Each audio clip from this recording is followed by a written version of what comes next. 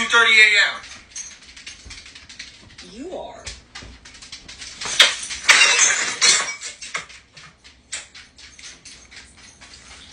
That was my most fucking expensive piece.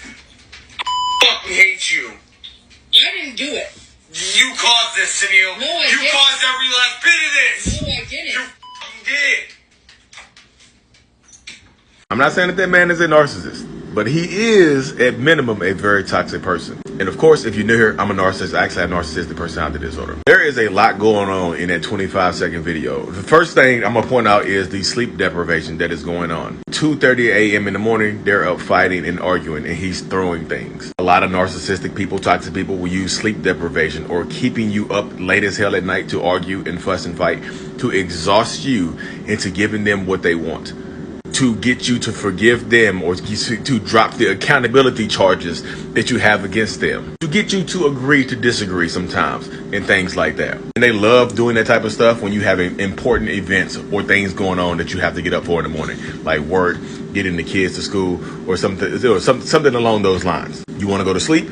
Give me what I want. But what is also going on in that video is you see the spectrum of guilt and remorse that a lot of narcissistic people feel, and also some blame deflection as well. He's not getting what he wants at 2:30 a.m., so he picks up one of his own personal objects, throws it and breaks it, leaves the room, and he comes back and blames her. When he comes back in, he has instant regret and remorse, but a lot of narcissistic people don't feel guilt and remorse like non-narcissistic people do. They feel it on a spectrum. So he might think that, damn, I feel guilty about throwing my own item and breaking it, but you know what?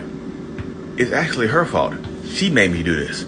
She's not listening to me, so we're up at 2:30 a.m. arguing, so she got me mad and she made me throw that, so it's her fault. They will blame you for their own actions. They will blame you for the lack of self-control they have over their own emotions and things of that nature. So no matter what you do, no matter how you go about things in this situation, they will absolutely make it your fault. You hear how mad he was getting? He wanted her to take accountability for him throwing one of his prized possessions. And I say this all the time in a lot of my videos, y'all, that narcissistic people, toxic people, accountability is their kryptonite. It hurts because accountability brings on shame, S-H-A-M-E.